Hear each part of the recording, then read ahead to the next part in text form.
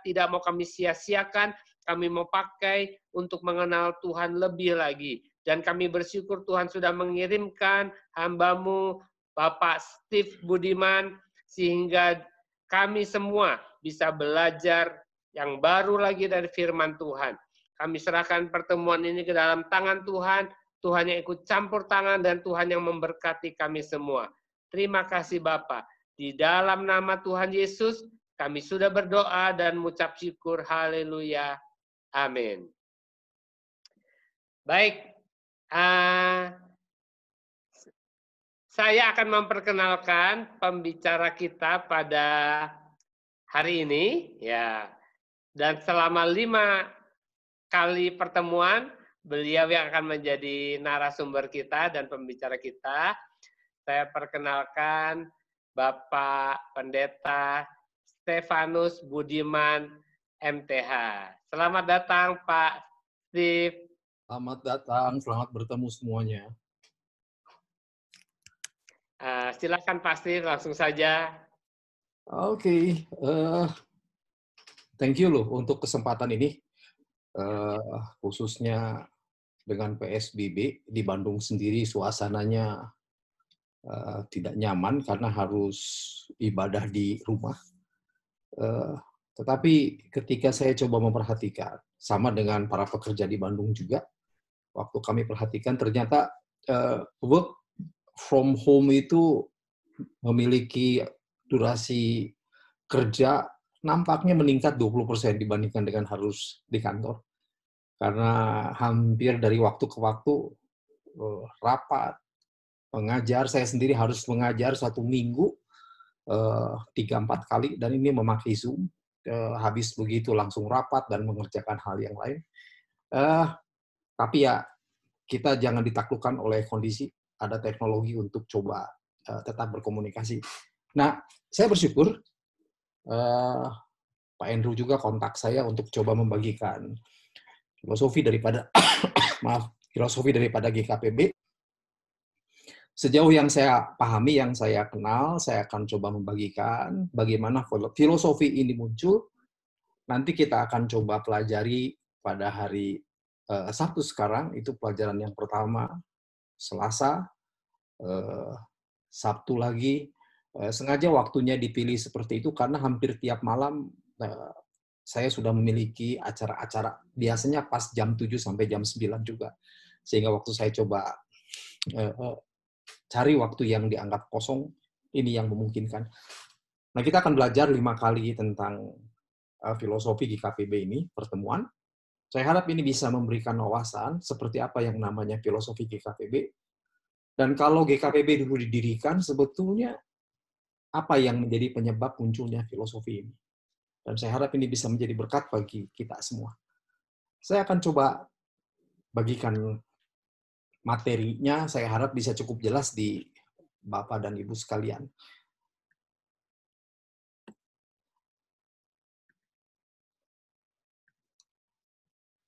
Apakah bisa terlihat? Bisa. Oke. Ini yang ingin Yang ingin saya coba bagikan ya, filosofi ini. Filosofi GKPB. Jadi sekali lagi kita memiliki visi, tapi sekaligus kita pun memiliki filosofi. Artinya untuk mencapai visi tersebut bukan dicapai dengan serampangan, dengan sekehendak hati, dengan cara yang seenaknya, tetapi ada nilai-nilai value yang harus dilakukan untuk mencapai hal tersebut. Nah, ini yang dimaksudkan dengan filosofi.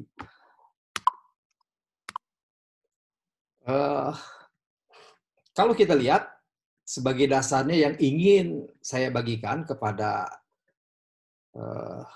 Bapak dan Ibu sekalian, ada satu dasar di dalam kitab Hakim-Hakim pasal 2 ayat 10-13. Kalau dilihat di dalam layar tulisannya, setelah seluruh angkatan itu dikumpulkan kepada nenek moyang, bangkitlah satu angkatan yang lain yang tidak mengenal Tuhan. Perhatikan, angkatan yang lain yang lahir dan tidak mengenal Tuhan, ataupun perbuatan yang dilakukannya bagi orang Israel. Artinya di satu generasi yang baru, melanjutkan satu generasi yang memang nampaknya menjalani perjalanan bagaimana Tuhan membawa mereka kepada penaklukan tersebut.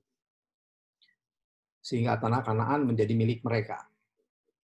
Ayat yang ke-11 dikatakan, lalu orang Israel melakukan apa yang jahat di mata Tuhan, dan mereka beribadah kepada Baal. Artinya generasi ini generasi yang lahir tanpa mengenal Tuhan, perbuatannya. Sebaliknya mereka beribadah kepada ilah-ilah lain, kepada Baal. Ayat 12, mereka meninggalkan Tuhan Allah, nenek moyang mereka, yang telah membawa mereka keluar dari tanah Mesir, mengikuti Allah lain, dari antara bangsa-bangsa di sekeliling mereka, bahkan sujud menyembah. Sehingga mereka menyakiti hati Tuhan, bukan menyakiti hati Tuhan, mereka pun meninggalkan Tuhan dan beribadah kepada para Asyetoret. Apa yang ingin saya sampaikan di sini? Setelah pendudukan Israel dan pembagian tanah, Alkitab mengatakan muncul satu generasi yang tidak mengenal Allah, ataupun tidak mengenal perbuatannya. Ini menarik. Bagaimana mungkin Allah yang membebaskan Israel, yang memberikan tanah, bahkan itu menjadi satu resource untuk mereka hidup dan mengembangkan diri mereka, kok tiba-tiba bisa terpotong, dan Alkitab mengatakan memunculkan satu generasi yang akan-akan bukan hanya abai, bahkan dikatakan tidak mengenal. Tidak mengenal apa yang menjadi perbuatan Allah. Kenapa bisa terjadi seperti begitu? Kok bisa memunculkan satu generasi yang seakan-akan tercabut dari akarnya, dan generasi tersebut merupakan satu generasi yang seakan-akan tidak memiliki kaitan dengan masa-masa lalunya? Dalam perenungan saya menyimpulkan, ini bisa terjadi karena pertama, apa yang menjadi nilai utama, apa yang menjadi akar sejarah, apa yang menjadi value, apa yang menjadi pegangan yang harus disampaikan seperti yang diungkapkan Taurat, secara turun-temurun itu nggak diajarkan. Dan tidak ditanamkan. Akibatnya value yang otentik, yang jadi ciri khas dari bangsa Israel, yaitu nilai Taurat, mereka lupakan. Jadi, sekali lagi, jangan kita berpikir kalau kita memiliki anak, jika kita memiliki etika, attitude, value yang baik, maka secara otomatis anak kita itu akan memiliki value yang sama dengan kita. Tidak seperti itu. Tetapi, kalau kita ingin melihat anak kita, keturunan kita, memiliki value yang sama dengan kita, maka tidak ada cara lain, kita harus mengajar kepada mereka. Menanamkan. Apalagi hal yang baik. Seorang psikolog mengatakan begini, untuk seorang anak melakukan keburukan itu nggak usah diajarkan. Artinya keburukan itu akan timbul spontan dari dirinya sendiri. Dan memang pada dasarnya manusia buruk. Tetapi kalau untuk anak berbuat baik, berbuat bajik, psikolog tersebut mengatakan itu harus ditanamkan, harus diajarkan. Bahkan, kalau menurut James Dobson, pengajaran tersebut kadang-kadang harus dengan disiplin, atau bahasa sekarangnya paksa. Memang tidak nyaman, tetapi pada ujungnya akan menjadi habit. Nah, nampaknya, pasca penaklukan, pengembangan tanah, di angkatan yang selanjutnya, nenek moyang bangsa Israel ini tidak mengajarkan ini. Akibatnya value yang otentik hilang, sehingga waktu kita tadi melihat ayat yang baru kita telaah, generasi baru tersebut muncul karena generasi yang tidak mengenal Allah. Nah, konsekuensinya ketika value yang otentik tidak diajarkan, ciri khas nenek moyang mereka tidak diajarkan, maka mereka akan mencipta nilai yang dianggap benar, yang dianggap relevan bagi mereka, dan cocok bagi mereka. Nah, seperti ini. Ada pergeseran, ada masa turbulen, dan ketika dalam masa pergeseran, masa tidak jelas, masa turbulen tersebut, tidak tampil orang yang bertanggung jawab untuk menanamkan nilai, maka siapapun yang sementara bertumbuh, mereka akan coba mengambil satu nilai tertentu, dan kalau mereka anggap itu nyaman, mereka akan anggap itu sebagai nilai yang menjadi nilai dirinya yang dianggap benar. Itu yang terjadi dalam kitab Hakim-Hakim. Ketika nenek moyang yang menduduki tanah Kanaan tidak mengajarkan, ini mencipta satu generasi, dan celakanya generasi ini mengambil satu nilai Kanaan karena dianggap comfortable, comfort, nyaman, dianggap relevan bagi mereka, dan itu dianggap pas. Bahasa sekarangnya gua banget begitu. Nah, ini menciptakan satu value yang berbeda. Dan Alkitab mengatakan mereka sudah tidak memegang lagi nilai value daripada nenek moyang mereka. Bisa kita pahami kalau kita melihat para hakim masyarakat yang begitu hidup dalam satu value dan nilai yang absurd. Kalau lihat umpamanya Gideon, jubahnya disembah. Waduh, ini value dari mana? Nilai dari mana? Taurat tidak pernah mengizinkan hal tersebut. Pasti ini akan masuk terinfiltrasi ke dalam, karena mereka berpikir, ya mungkin dianggap biasa melakukan hal tersebut. Samson, dia seorang yang dipakai Tuhan, kekuatannya di rambut, tetapi memiliki amoralitas. Seorang Lewi, kalau kita lihat yang datang ke suku Benyamin, bisa memiliki seorang gundik. Ada Mika, waktu mengajarkan ibadah, memakai patung. Jadi sekali lagi, ada satu generasi yang muncul, dan generasi ini hidup dalam satu masa turbulen, karena tidak diberikan satu ajaran yang menjadi legacy dari Yosua, dari Musa, yaitu Taurat. Akibatnya mereka hanya melakukan sesuatu yang dianggap nyaman bagi diri mereka. Nah, hari-hari ini kalau kita melihat analogi, umpamanya Indonesia sedang menyuarakan tentang value nilai-nilai tahun 45. Yang sekarang coba ingin digeser dengan value-value dan nilai-nilai yang lain. Nah, mereka yang merasa bertanggung jawab untuk melanjutkan ajaran daripada founding father, peletak negara Indonesia ini, berusaha dengan kuat untuk tetap menjadikan NKRI, Pancasila, Undang-Undang Dasar 45 itu sebagai way of life, sebagai filosofi. Nah, tapi kalau ini nggak diajarkan, maka ideologi-ideologi lain akan muncul, dan mereka anggap itu akan dianggap relevan, dan itu bisa dijadikan nilai bagi mereka. Itu penggambarannya seperti itu. Ada satu tulisan yang menarik, yang saya coba sitir, dituliskan, a people, orang yang tanpa pemahaman daripada sejarahnya, past history, dia itu seperti pohon yang tanpa akar. Jadi ketika mereka melupakan sejarah asal mulanya dan budayanya, history, origin, and culture, itu dianggap sebagai satu pohon yang tanpa akar. Nah, kalau yang sudah seperti begini, value apa sebetulnya yang akan mereka pegang? Nah, saya harap apa yang saya ungkapkan ini bisa memberikan semacam satu nuansa sebelum saya nanti akhirnya masuk kepada filosofi GKPB untuk memberikan satu gambaran. Simpulkan, dalam kitab Hakim-Hakim, karena tidak ada Taurat, tidak ada aturan, tidak ada raja, tidak ada rule, no vision di antara Israel, maka orang berbuat apa saja yang dianggapnya benar. Hakim-Hakim 17 ayat 6, dengan Hakim-Hakim pasal 21 ayat 25. Nah, itu sebagai introduce, sehingga kita memiliki gambaran adanya satu generasi yang muncul tanpa ada kaitan, sehingga mereka melakukan value apapun yang dianggap benar. Sekarang kita akan mulai masuk ke dalam filosofi GKPB. Bagaimana dengan GKPB?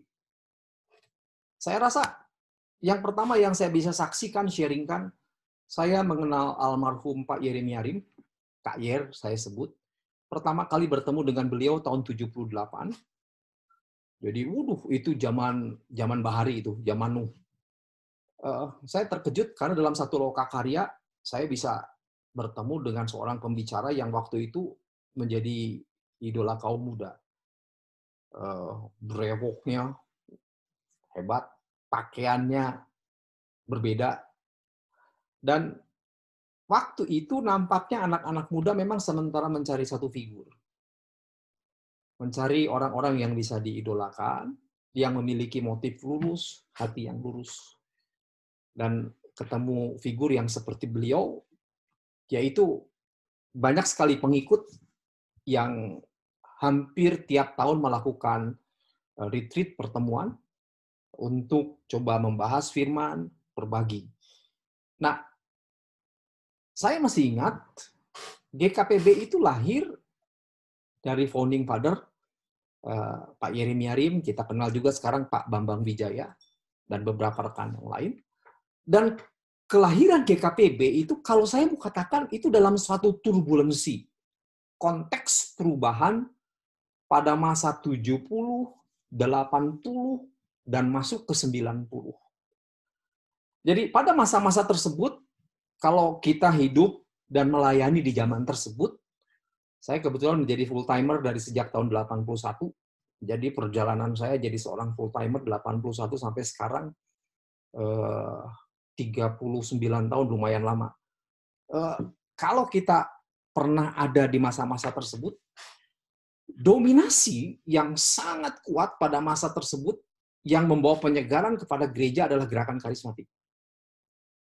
Nah, akibat gerakan-gerakan tersebut, banyak sekali gereja-gereja yang dirasakan sudah mati, yang dirasakan kaku dan suam, itu mengalami yang namanya penyegaran.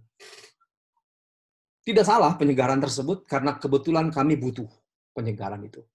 Dan salah satu tokoh revival, seorang yang membawa penyegaran ke gereja, kepada kekristenan, itu adalah Pak Yeremiarim sendiri.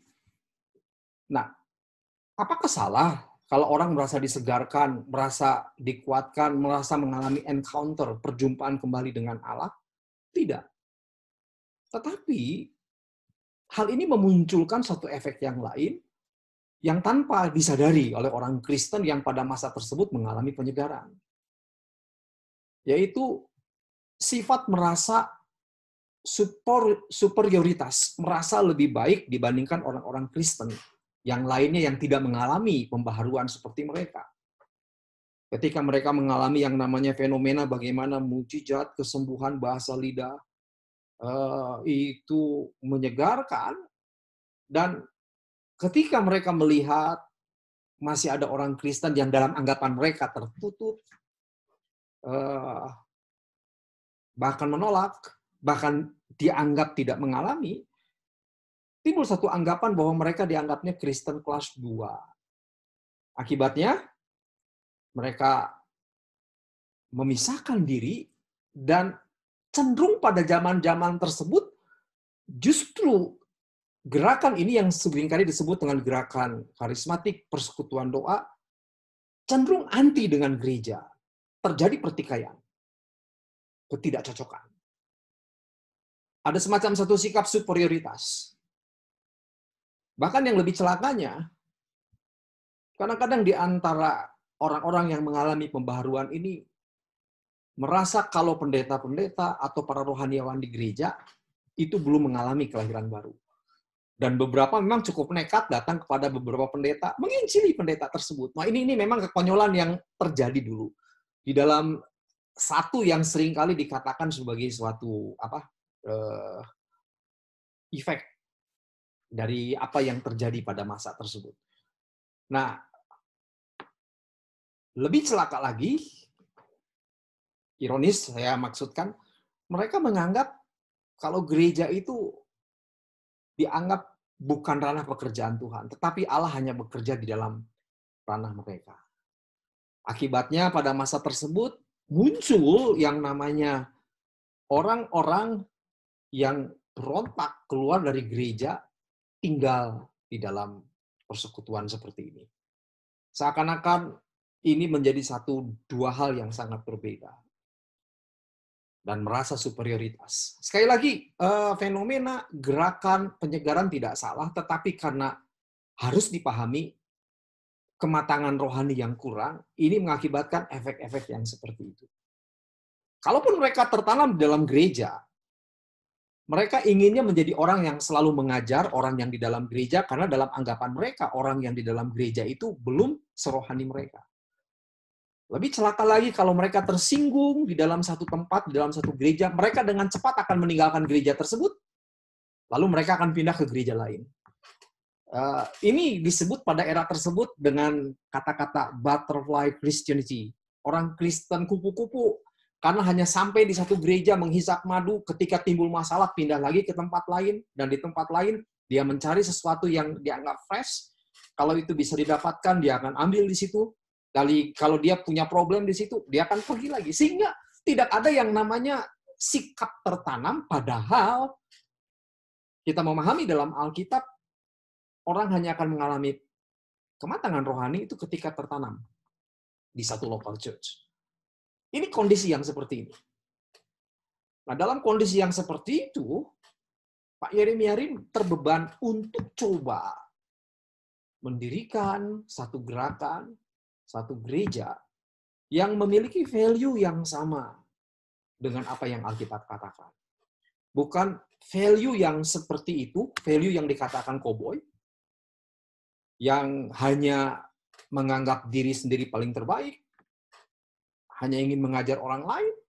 Kalau tertanam di dalam satu tempat, tempat itu dianggap tidak lebih baik daripada dirinya. Kalau tersinggung, dia akan pergi. Tanpa penyangkalan diri, cenderung narsis seperti begitu. Maka beliau memiliki beban untuk membangun satu gereja dengan pattern perjanjian baru. Bahkan beliau memiliki beban juga ingin coba membina mereka yang mengalami pembaharuan ini agar memiliki behavior, sikap, dan juga perilaku attitude yang baik. Dari sini muncul yang namanya gerakan GKPB itu. Dalam satu KKR tahun 84 Kasih Melanda Jakarta, dan itu merupakan kebaktian pertama yang pembicaranya orang Indonesia, dihadiri saya rasa bukan puluhan ribu tapi ratusan ribu, dan Allah berkarya dengan hebat di tengah-tengahnya. Itu pertama kali, dan Allah memakai Pak Yeremia Rim. Itu cikal bakal. Dan pada ujungnya memang terbentuk yang namanya GKPB. Sekali lagi, ini yang harus kita pahami. Jadi sekali lagi, filosofi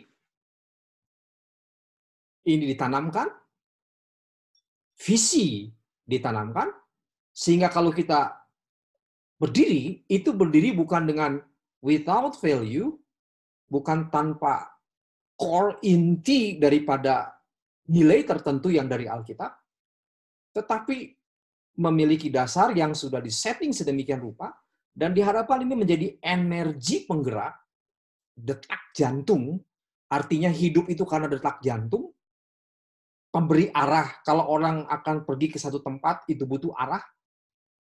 Nah, dengan kultur yang seperti ini. Jadi ada kultur yang diciptakan, visi, dan ada kultur untuk mencapai. Nah, ini awalnya. Sehingga GKPB berdiri dengan satu nilai yang unik pada masa tersebut.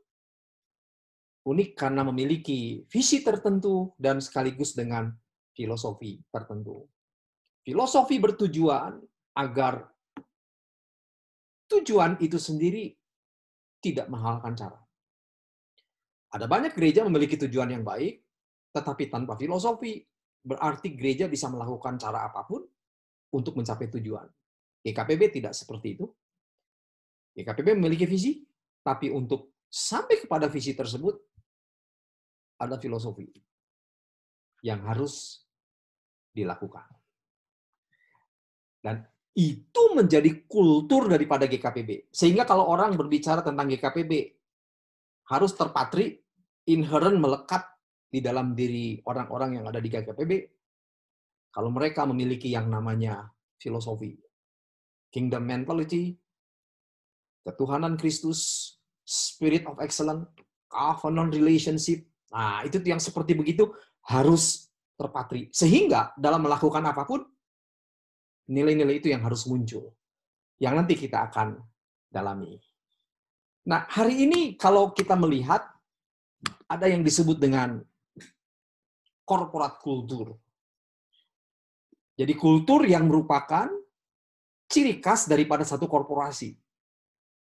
Umpamanya, kultur ini dicipta, disengaja, ditanam pada seluruh anggota. Dan kalau orang atau anggota akan masuk di dalam korporasi tersebut, dia harus mengalami training-training, sehingga kultur itu akan masuk, dan waktu dia menjadi bagian daripada korporasi tersebut, dia bisa menularkan, bahkan bisa mencerminkan ciri khas institusi dari komunitas itu. Saya tulis di sini ada Apple, Google, Nokia, Ritz-Carlton. Mereka punya kultur tersendiri. Bulan Mei tahun 2018, saya dengan keluarga, waktu itu anak saya Dewi Suda, kami menyempatkan diri pergi ke Silicon Valley, ke San Jose. Lalu di sana kami sempat main ke Google. Dalam satu riset yang pernah dilakukan, katanya ditujukan kepada para mahasiswa yang akan selesai kuliah. Dalam riset tersebut diberikan kuesioner, pertanyaan, kalau umpamanya Anda selesai kuliah, Anda mau kerja di mana?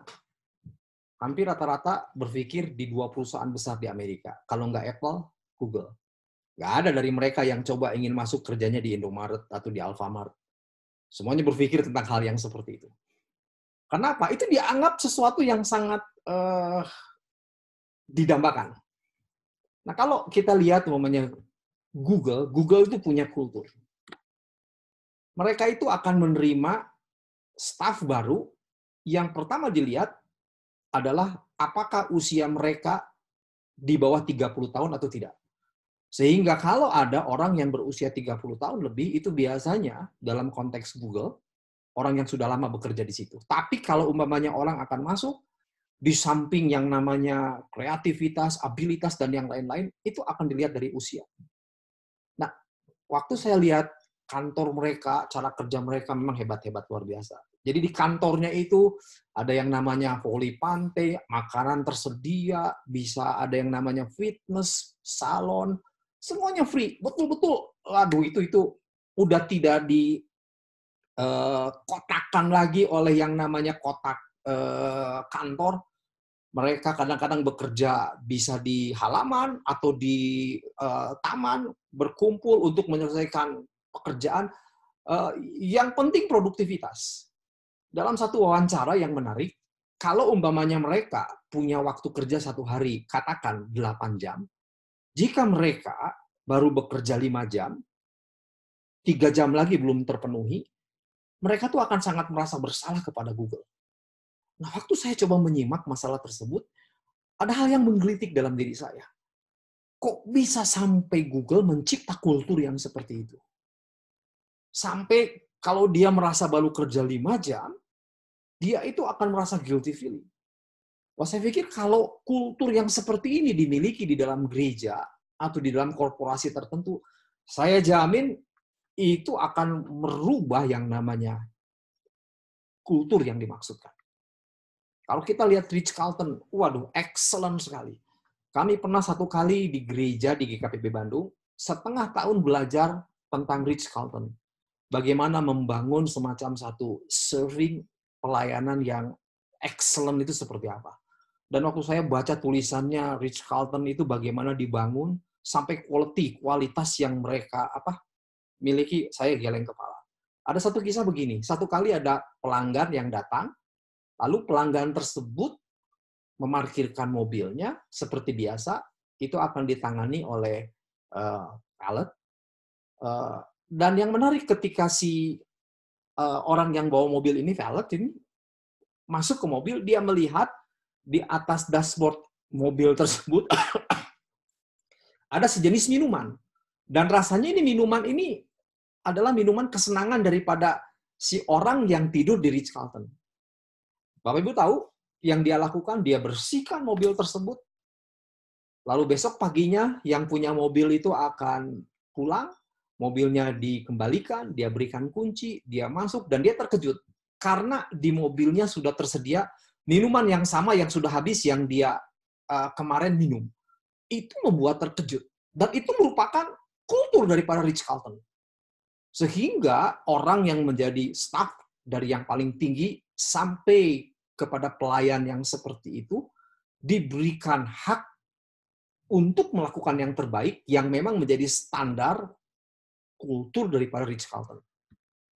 Nah, ini yang namanya corporate kultur. Nah, corporate kultur ini yang diarahkan oleh visi, ini akan membangun satu behavior dan attitude yang excellent.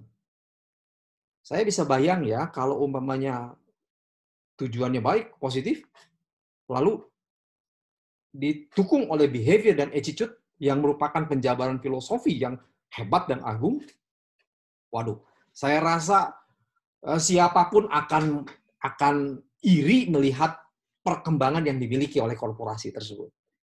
Orang akan senang terlibat, bergabung, karena tahu ada satu value yang unik, yang berbeda.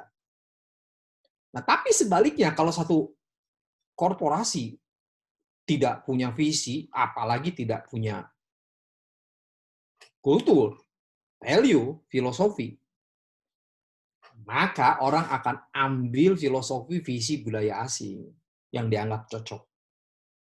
Dan itu akan diajarkan, dijadikan bagi diri mereka.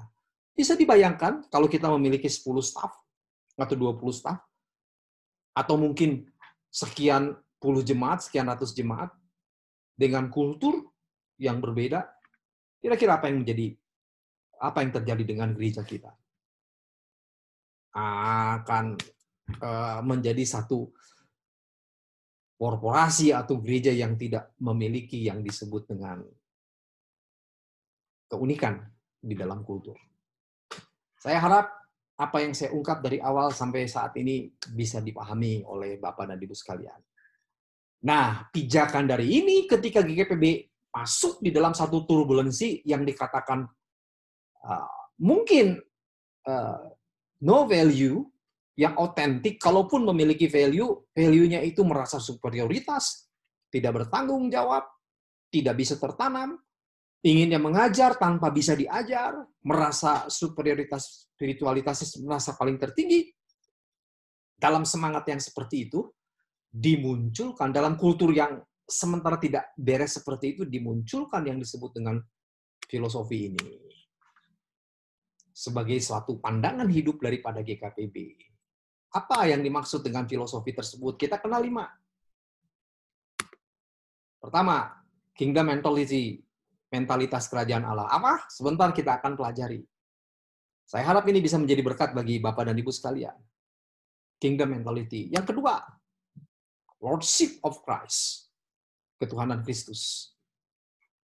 Yang ketiga, servanthood atau pengabdian. Keempat, Spirit of Excellence. Dan kelima, Covenant Relationship. Jadi sekali lagi, ini yang harus melekat menjadi, kalau Gomloh bilang, merah darahku, putih tulangku. Sehingga kalau orang bedah diri kita, ingin melihat apa sih dalamnya kita, saya harap 5 ini yang muncul. Dan ini tidak langsung sekaligus, tetapi kita lakukan dengan berbagai cara. Itu sebabnya ada yang namanya dasar kekristenan dengan hidup berjemaat untuk menanamkan ini. Ada yang disebut dengan kelompok kesan, agar orang bisa mengalami internalisasi nilai dalam kelompok ini. Lalu ada pembinaan di hari Minggu, ada yang namanya VMM, ada yang namanya Shine. Itu semua diarahkan untuk membangun visi dengan menanamkan nilai-nilai yang seperti ini. Nah, kita akan belajar sekarang kepada bagian yang pertama, yaitu kingdom mentality, mentalitas kerajaan Allah. Apa sih yang dimaksudkan mentalitas kerajaan Allah? Saya berpikir seperti ini. Manusia itu sebagai citra, gambar, dan representasi Allah. Jadi sekali lagi, cara berpikir kingdom mentality yang harus ditanamkan dalam pikiran kita, kita ini representasi Allah. Waktu Tuhan menciptakan manusia, Tuhan mengatakan manusia itu disebut sebagai gambarnya Allah. Nah, sebetulnya apa yang dimaksud dengan gambar? Gambar itu representasi. Nah, saya coba ungkap sedikit latar belakang daripada Timur Dekat kuno. Dalam dunia Timur Tengah, Timur Dekat kuno di sana, kalau zaman dulu sangat tua sekali, kalau satu raja menaklukkan satu daerah, maka daerah yang ditaklukkan itu akan menjadi milik dia. Dan bagaimana caranya agar bangsa-bangsa yang lain mengetahui kalau daerah tersebut merupakan taklukan yang dimiliki oleh dia? Biasanya akan disematkan, dibuat satu patung daripada gambar raja tersebut. Dari sini kita bisa memahami mengapa dunia kuno begitu marak dengan patung-patung raja. Karena itu menjadi satu representasi. Dalam perkembangan yang lebih muda, kita bisa paham kalau simbol gambar ini bukan hanya dalam bentuk patung, tetapi juga dalam bentuk lukisan. Satu kali Yesus ditanya, apakah wajib membayar pajak atau tidak kepada kaisar? Yesus bilang begini, apa yang kamu lihat dalam uang tersebut? Ya, gambar kaisar. Itu sebab Yesus mengatakan, bayar kepada kaisar apa yang kaisar punya, dan bayar kepada Allah apa yang Allah punya. Gambar itu menjadi representasi. Di dalam mata uang tersebut, gambar kaisar itu merupakan representasi kekuasaan-kekuasaan. Nah, dalam hal yang lebih mudah, ketika seorang raja menaklukkan satu daerah, maka agar daerah tersebut bisa memberikan kontribusi kepada sang raja, maka akan ditanamkan satu representasi yang seringkali disebut sebagai wakil raja di tempat tersebut. Dan orang ini yang harus mengelola segala sesuatu yang dipercayakan, lalu mengembalikannya untuk kemuliaan Tuhan. Mari kita ke dalam Kejadian pasal 1 ayat 26. Ketika Allah berbicara tentang manusia sebagai gambar Allah, sebetulnya manusia merupakan wakil Allah, representasi Allah. Sama dengan ketika satu negara menaklukkan satu daerah, menyimpan seseorang menjadi wakilnya, dan dia harus mengelola sehingga mampu menggali, membuat apa yang dipercayakan menjadi lebih bermanfaat, nilai tambah untuk sang raja yang meminta dia untuk mengelolanya. Itulah yang disebut dengan representasi. Sehingga kalau kita melihat ini, Kejadian 1 ayat 26, Allah menyimpan manusia di negeri yang sebetulnya menjadi kekuasaan Allah. Jangan aneh kalau ayat 28 mengatakan taklukkan itu. Gali, aktualkan. Pakai hasilnya untuk satu makna yang konstruktif. Karena engkau adalah citra, engkau adalah gambar Allah. Memfungsikan orang tersebut untuk bersikap bertanggung jawab, melakukan apa yang menjadi kehendak Allah dalam hidupnya, dan dalam segala aspek hidupnya, orang tersebut tidak pernah berpikir untuk dirinya, tetapi berpikir untuk kemuliaan Allah. Itu yang dimaksud kingdom mentality. Saya rasa kalau kita merasa kita bertanggung jawab, dipercayakan, akan sangat berbeda dengan orang yang tidak merasa bertanggung jawab dan dipercayakan perilakunya. Itu pola pikir yang membedakan. Tapi realita ini terpecah, tidak berfungsi karena manusia berontak kepada Allah. Kita melihat di dalam Kejadian 3, manusia berontak. Pemberontakan itu mengakibatkan manusia terpecah. Dan apa yang menjadi mandat Allah, yang mengharuskan manusia menjadi representasi Allah, tidak bisa terpenuhi.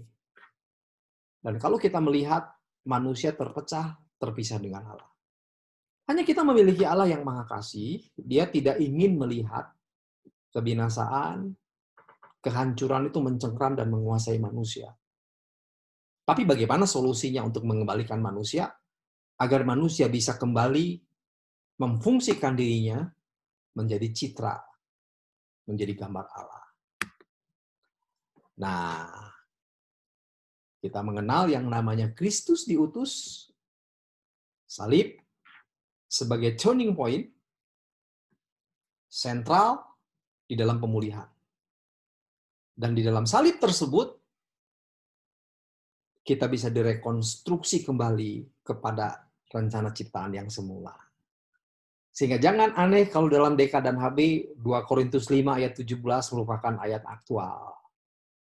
Kejadian 1:26 merupakan ayat yang sering kali diucapkan, bahkan itu menjadi ayat hafalan. Jadi barang siapa yang ada dalam Kristus, dia adalah ciptaan baru, yang lama sudah berlalu, dan yang baru telah datang.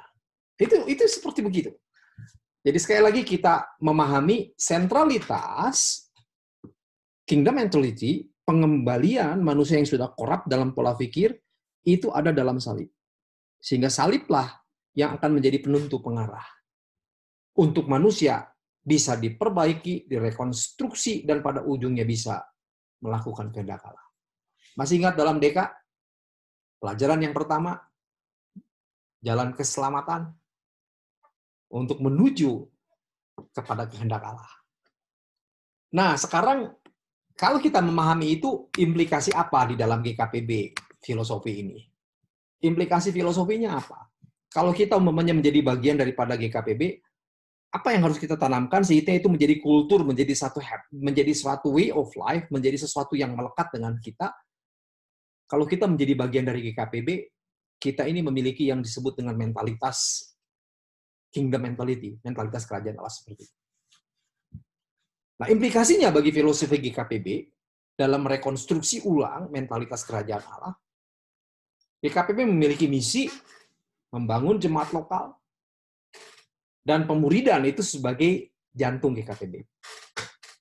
Jadi sekali lagi, kalau kita berbicara tentang misi, ini jelas berbicara tentang masalah penjangkauan, penginjilan. Itu sebabnya misi, church planting, penginjilan, itu merupakan sesuatu yang inherent dari awal gereja ini berdiri. Kenapa kita memiliki jemaat lokal yang cukup banyak sampai pada hari ini? Karena kita memiliki jantung di sana.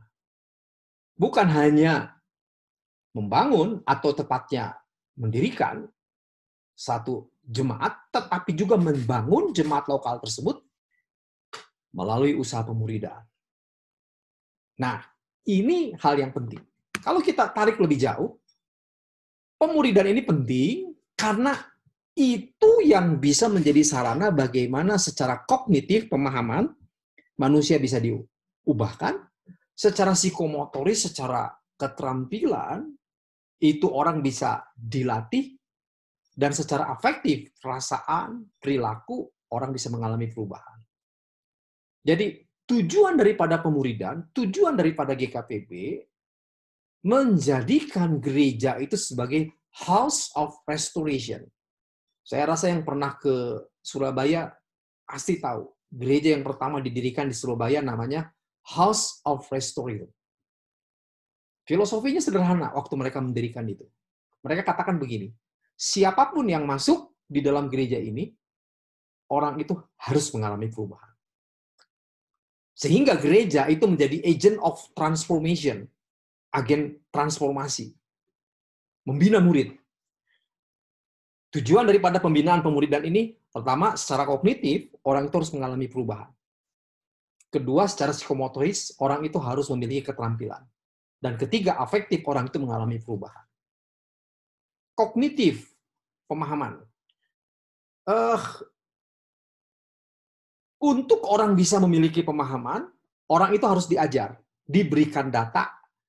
Itu sebabnya kita memiliki buku DKHB, ada manualnya. Sehingga kalau orang yang pada hari ini tidak tahu tentang pertobatan, setelah belajar, secara kognitif, orang tersebut tahu, oh ini. Kalau sebelum belajar dari DKHB, orang ditanya tentang apa itu gereja, nggak tahu. Tapi setelah belajar DKHB, orang memahami, oh gereja itu anu. Kalau sebelumnya orang tidak mengerti tentang masalah firman Allah, penyembahan, tapi setelah diajarkan buku DKHB, orang memahami, tuh kognitifnya berubah. Maxwell mengatakan begini, kalau engkau ingin melihat orang berubah, sentuh yang pertama jangan emosinya, tapi kognitifnya. Hari ini ketika dia diajar, mungkin tidak berekspresi apa-apa. Tetapi beberapa lama kemudian Roh Kudus akan bekerja di dalam kognitifnya, di dalam pemahamannya, dan itu akan mengubah orang tersebut. Tapi kalau engkau menyentuh yang namanya bidang emosi, waktu disampaikan nampaknya berubah. Tetapi beberapa waktu kemudian orang itu akan kembali kepada habit yang lama. Karena tanpa pemahaman. Hanya problemnya, apakah ketika orang semakin tahu firman Allah bisa disebut murid? Tidak. Ya, dalam bidang kognitif, satu aspek. Harus ada bidang yang kedua, psikomotoris. Psikomotoris itu orang untuk bisa memiliki abilitas psikomotoris bukan diberikan pengetahuan. Orang kalau ingin merubah kognitifnya harus diberikan pengetahuan. Sehingga kognitif itu dari tidak tahu menjadi tahu. Psikomotoris bertujuan dari tidak bisa menjadi bisa. Kalau begitu apa yang dibutuhkan? Dilatih. Sehingga dalam pemuridan, kalau orang sebelumnya tidak bisa bersaksi, melalui proses pemuridan, DKHB kesan, orang itu akan dilatih dari tidak bisa bersaksi, bisa bersaksi. Dari tidak bisa berdoa, bisa berdoa. Nah, dari tidak bisa menginjil, bisa menginjil. Sehingga pemuridan tidak hanya melulu pengetahuan, tetapi juga ada yang disebut dengan skill. Kemampuan. Dari yang tidak mampu menjadi mampu. Bisa. Sedangkan afektif itu perubahan karakter. Manusia tidak akan pernah berubah karakternya kalau hanya dilatih, dibuat tahu. Tetapi harus dengan sengaja. Dikondisikan sehingga secara afektif orang tersebut dari tahu, melihat dalam kelompok kesan, melihat dalam kelompok pemuridan, melihat dalam ibadah hari Minggu, dan itu mengimajinasi di dalam dirinya, coba diintegrasikan dengan pengajaran, itu akan berdampak sehingga merubah orang itu. Dengan demikian pemuridan adalah tugas untuk merubah pemahaman, kemampuan, skill, tetapi juga perubahan sikap. Kapan seorang disebut murid? Bukan ketika dia semata-mata memiliki pengetahuan yang lebih hebat. Karena pengetahuan bisa dipelajari. Bukan juga ketika orang itu pandai melayani. Hari ini ada orang begitu rajin melayani, tapi kognitif pengetahuan Alkitabnya kurang. Ada yang seperti begitu. Orang ini rajin, tetapi pemahaman kurang. Tetapi bukan juga yang namanya pemuridan, banyak pemahaman, nggak mau melayani, nggak punya yang namanya psikomotoris. Harus memiliki pemahaman, terlibat dalam pelayanan, tetapi nggak cukup. Apakah dia memiliki moral, etik yang cukup baik? Untuk apa orang pintar dan rajin melayani, tapi kalau moralnya buruk? Nah, pemuridan itu mengintegrasikan ketiga-tiganya. Pemahaman, perilaku afektif, dan juga kemampuan dalam melayani. Itu implikasinya. Sehingga pahami ketika kita belajar DKHB, kita sedang men-setting ulang jemaat untuk memiliki kingdom mentality. Berpikir sebagai representasinya Allah. Kalau kita representasi Allah, apa yang harus kita pikirkan? Apa yang harus kita lakukan secara moral? Dan apa yang harus kita lakukan juga terhadap sesama? Kognitif, psikomotoris, dan afektif. Fokus daripada semua yang dilakukan di dalam pemuridan, yaitu membangun manusia kembali menjadi citra Allah. Nah, kalau kita belajar, saya rasa masih ingat dalam pelajaran DK dan HB, pembangunan harus dimulai dari individu, lalu berkembang kepada keluarga, ujungnya gereja bisa dibaharui, dan gereja akan menjadi sebagai miniatur kerajaan Allah. Satu kali ada seorang anak dengan orang tuanya keluar dari bandara Juanda. Kalau Bapak Ibu pernah ke bandara Juanda, kita kalau keluar daripada bandara Juanda dari Surabaya, kita akan melihat bahwa ketika keluar ada satu pesawat, pesawat tersebut yang dipajang di pintu keluar daripada Juanda. Nah, waktu keluar, anak itu bertanya kepada orang tuanya. Dia katakan begini, "Pak, itu pesawat asli atau tidak?" Orang tua waktu melihat pesawat tersebut, kalau Anda yang pernah ke Juanda ya pasti akan mengatakan asli, itu asli. Itu pesawat asli. Lalu pertanyaan kedua, waktu si anak bertanya, "Pak, apakah itu pesawat asli?" Orang tuanya melihat sang anak dan mengatakan asli. Lalu pertanyaan yang kedua, "Bisa terbang nggak, Pak?" Nah, ini problem. Waktu saya membaca dan merenungkan dialog tersebut, muncul dalam benak saya begini. Kalau pesawat yang ada di Juanda tersebut, yang dipajang, diambil dan dihancurkan, kira-kira berpengaruh nggak terhadap transportasi penerbangan? Saya rasa tidak akan. Tapi kalau dipajang di situ, apakah itu juga memberikan kontribusi atau tidak kepada transportasi penerbangan? Tidak juga. Nah, kalau begitu adanya di sana untuk apa? Ya untuk pajangan aja. Hari ini, seringkali kita mengatakan diri kita orang Kristen. Seringkali kita mengatakan diri kita mungkin sebagai suami, sebagai orang tua, sebagai tetangga. Pertanyaannya begini, apakah ada dan tidak adanya kita itu memberikan dampak kepada keluarga kita? Apakah ada dan tidak adanya kita memberikan dampak terhadap yang namanya anak, terhadap lingkungan? Kalau orang tidak pernah merasa kehilangan ketika kita tidak ada, jangan-jangan kita sudah kehilangan fungsi. Sama dengan pesawat tersebut, bentuknya pesawat, tetapi tidak pernah berfungsi. Hari ini ada banyak gereja, sejauh kita memandang, kita bisa melihat yang namanya gereja. Tapi pertanyaannya, apakah gereja tersebut berfungsi atau tidak? Mentalitas kerajaan Allah selalu harus menghadirkan kita sebagai representasi Allah. Hadirnya kita harus menjadi agen transformasi, agen restorasi. Itu mimpi daripada GKPB dibangun pada awal. Ketika kita berubah, kalau kita pilih, saya berubah, keluarga akan berubah. Keluarga-keluarga yang berubah menggabungkan diri menjadi satu local church, gereja, maka akan membangun satu gereja yang berubah, yang berfungsi. Dan pada waktunya ketika gereja berkembang, gereja akan bisa berfungsi dan menjadi alat transformasi, restorasi untuk kondisi yang ada di sekitarnya. That is kingdom mentality. Pikirkan setiap orang yang menginjak gereja kita. Kita bertekad, orang itu keluar dari gereja akan berubah menjadi manusia yang lain. Bukan menjadi manusia yang sama sebelum dia menginjakkan kakinya di dalam gereja.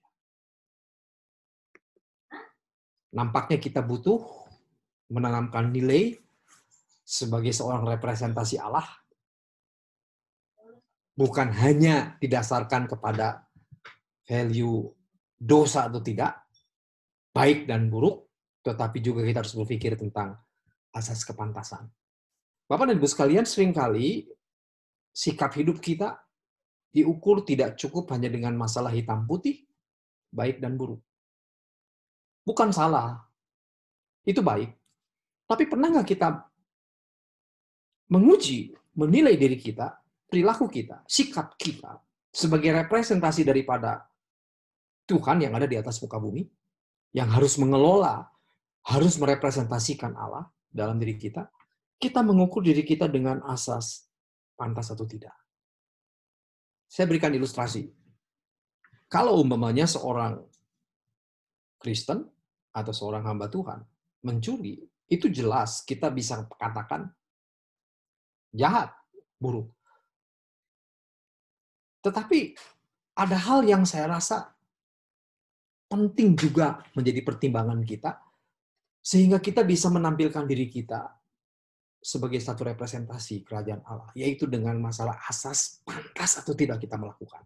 Contoh, kalau satu kali umpamanya, ini saya mengandaikan saja, satu kali Bapak Ibu melihat ada, katakan kalau umpamanya di Palembang, MDC Palembang memiliki yang namanya OBI, Bapak Ibu umpamanya akan pergi ke gereja MDC di Palembang, tiba-tiba di perempatan jalan Bapak Ibu melihat OBI yang biasa kerja di gereja. Itu main catur di pinggir jalan, jongkok dengan abang beca di sana. Kira-kira responnya bagaimana Bapak dan Ibu sekalian? Saya rasa mungkin umumnya kita akan mengatakan biasa, itu mah. Itu kan OBI yang di gereja. Kita nggak rasa terganggu. Tapi coba kalau kita rubah, jika satu kali Bapak Ibu akan pergi ke gereja, tiba-tiba di pinggir jalan Bapak Ibu melihat, katakan salah seorang pemimpin atau gembala dari MDC Palembang di pinggir jalan jongkok main catur dengan abang beca. Keganggu atau tidak? Nah ini nggak bisa dikatakan baik buruk atau dosa, tidak. Tapi kita harus ukur ini sebagai representasi Allah. Kadang-kadang kita harus berpikir, pertanyaannya pantas atau tidak itu. Sebelum kita melakukan sesuatu, pikirkan dulu bagi diri kita. Kita semua representasi daripada Allah. Miliki mental tersebut. Apa yang orang lain pikirkan kalau saya melakukan itu? Pantaskah saya melakukan itu?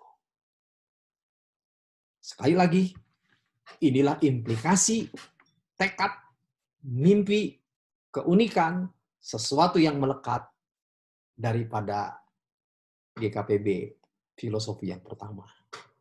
Saya rasa itu yang saya bisa bagikan. Saya kurang tahu apakah ada yang mau bertanya atau apa. Saya kembalikan ke host, Pak Andrew, silahkan. Kalau ada yang mau minum silahkan dulu. Mungkin terlalu tegang mendengarkan saya. Ya, terima kasih banyak buat penjelasan yang diberikan oleh Pak Steve kepada kita semua. Saya ini untuk ketiga kalinya ikut training tentang filosofi. Dan tetap saya rasanya tidak bosan-bosan dengarnya. Ya. Nah, tapi walaupun begitu, saya ingin barangkali di antara teman-teman yang ikut, mungkin karena gangguan internet sedikit ada yang kurang jelas, bisa bertanya. Saya beri kesempatan untuk 3 orang saja untuk bertanya. Saya persilahkan. Dan kalau ada yang mau bertanya, bisa klik di itu partisipannya. Nanti kita bisa hilangkan itunya, mute-nya, ya, untuk bisa bertanya. Silakan.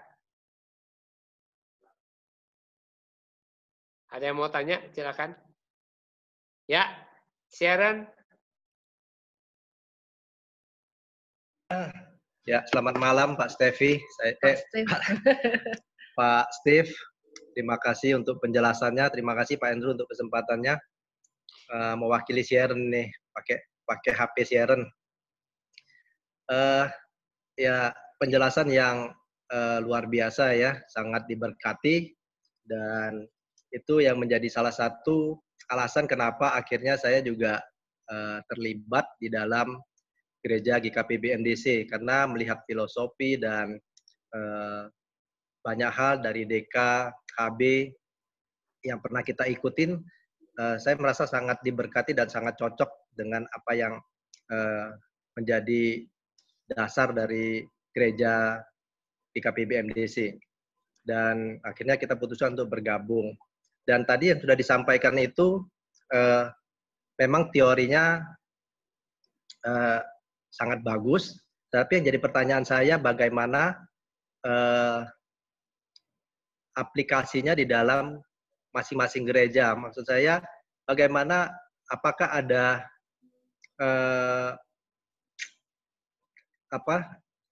kontrol dari majelis pusat untuk mengetahui masing-masing cabang GKPB yang ada sudah memenuhi kriteria seperti yang tadi disampaikan seperti itu.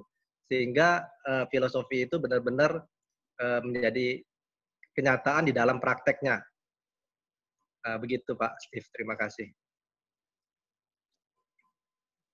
Pak Andrew dijawab atau langsung dijawab aja? Terima kasih Pak Ferdi. Ini juga yang dikatakan daripada beberapa saya rasa apa yang ditulis di dalam filosofi tidak langsung mengungkap atau menunjukkan sebetulnya realita di lapangan seperti itu. Jelas ini merupakan satu perjalanan, satu proses untuk mencapai kepada hal tersebut. Hanya ketika saya menyampaikan tentang beban filosofi ini, dari beberapa jemaat, bahkan dari beberapa regional, itu mulai membangun satu relasi, mulai berbicara untuk coba melihat sejauh mana konsistensi di dalam melaksanakan ini. Memang ini kalau umpamanya di bagian majelis pusat, biasanya komisi organisasi atau mungkin tepatnya bagian regional. Tetapi yang harus tetap kita pahami, yang harus kita tahu juga, semaksimal apapun yang kita lakukan, pasti tetap ada yang namanya kekurangan, ada pasti yang namanya keunggulan, tetapi juga pasti ada yang namanya kekurangan. Di awal-awal GKPB berdiri, saya sering terlibat dengan para pemimpin yang lain, para penatua yang lain, untuk melakukan wawancara. Wawancara untuk mereka yang akan menjadi jemaat di GKPB. Satu kali saya cukup terkejut dengan statement daripada seorang yang menjadi anggota jemaat di GKPB. Dan bagi saya itu inspiratif sekali. Bagi saya inspiratif. Ini kejadiannya rasanya sekitar tahun 92 atau 93. Tapi masih ingat, masih segar dalam ingatan saya. Satu kali waktu saya mewawancara seorang yang akan menjadi jemaat di GKPB, saya tanya, "You pernah beribadah menjadi jemaat di satu gereja tertentu?" Dia bilang tidak pernah. Lalu, apa yang membuat Anda tertarik untuk menjadi jemaat di GKPB? Dia dengan spontan dan sontak mengatakan, ya saya senang dengan GKPB, cocok dengan GKPB karena visi dan filosofi. Wah, saya terkejut juga. Sejauh ini saya pergi beribadah ke beberapa tempat, tapi saya tidak pernah tertanam, tidak pernah mengikatkan diri dan menjadi bagian daripada jemaat. Tapi ketika saya sampai di sini, saya melihat ibadah, melihat value, mengikuti DKHB, dan ada satu filosofi yang baik, tujuan yang baik, saya tertarik dan saya memberikan hidup saya di sini. Lalu saya coba mengganggu dia dengan pertanyaan yang agak menggelitik. Saya katakan begini, loh kalau kamu umpamanya 1 bulan, 2 bulan, 10 bulan, 1 tahun, 2 tahun, mungkin masih melihat keindahannya. Tapi kalau 1 kali umpamanya kamu melihat kekurangan, seperti yang Pak Ferdi tadi katakan, ada yang tidak konsisten di dalam melakukan ini, apa yang akan kamu lakukan? Saya berpikir begini, jangan-jangan dia mengatakan, ya saya berhenti, saya akan pindah gereja. Saya pikir akan begitu jawabnya. Tapi enggak loh. Dia jawab begini, kalau saya melihat ada ketidakkonsistenan seperti itu, di dalam segala usaha yang jelas dilakukan oleh gereja, saya tidak akan pindah. Lalu dia katakan dengan satu ilustrasi. Dia bilang begini, kalau 1 kali saya ingin memiliki 1 rumah di 1 daerah, lalu saya mendapatkan rumah tersebut di daerah yang saya inginkan, ideal bagi saya. Nah, sementara saya tinggal di tempat tersebut, tiba-tiba saya mendapatkan fakta WC mampet. Lalu atap bocor. Apakah saya harus pindah? Jelas saya tidak akan pindah. Karena saya memiliki idealisme, saya ingin tinggal di rumah tersebut. Kecuali kalau daerah tersebut memang sudah banjir atau gempa bumi. Ya mau nggak mau, dengan berat saya harus pindah. Demikian juga ketika saya berjemaat. Sejauh gereja tersebut konsisten dengan visi, dan terus berusaha melakukan, mengimplementasikan filosofi, kalau ada yang kurang, di situ fungsi saya sebagai jemaat bukan untuk lari, tapi coba memberikan kontribusi. What must I do di dalam kekurangan tersebut? Waktu dia jawab seperti begitu, saya sampai bingung. Waduh, saya bilang kalau orang punya filosofinya seperti ini, memahami tentang tanggung jawab di dalam gereja untuk melakukan fungsinya, kalau dia umpamanya satu kali melihat kekurangan yang terjadi, waduh, saya bilang ini akan menjadi sesuatu yang lain. Saya rasa kita doakan agar ke depan bisa terjadi yang namanya usaha-usaha yang lebih intens dari regional untuk coba menjajaki, bekerja sama mungkin melihat tentang konsistensi ini. Tetapi di dalam sisi yang lain, mungkin juga bagi kita sebagai jemaat yang memahami tentang filosofi ini, kita bisa terus mengaktualkan sikap-sikap yang positif di tengah-tengah jemaat. Itu Pak Andrew yang bisa saya berikan, Pak Ferdi yang bisa saya bagikan.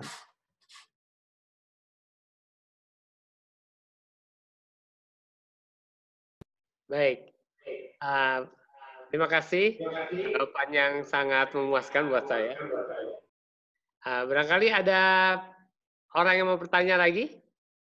Masih ada 2 kesempatan lagi. Silakan. Kalau mau dipakai, ada yang mau bertanya. Kalau nggak tanya lebih cepat selesai loh. Ya. Kalau ada yang mau tanya boleh. Kalau nggak tanya nggak apa-apa. Tidak harus bertanya.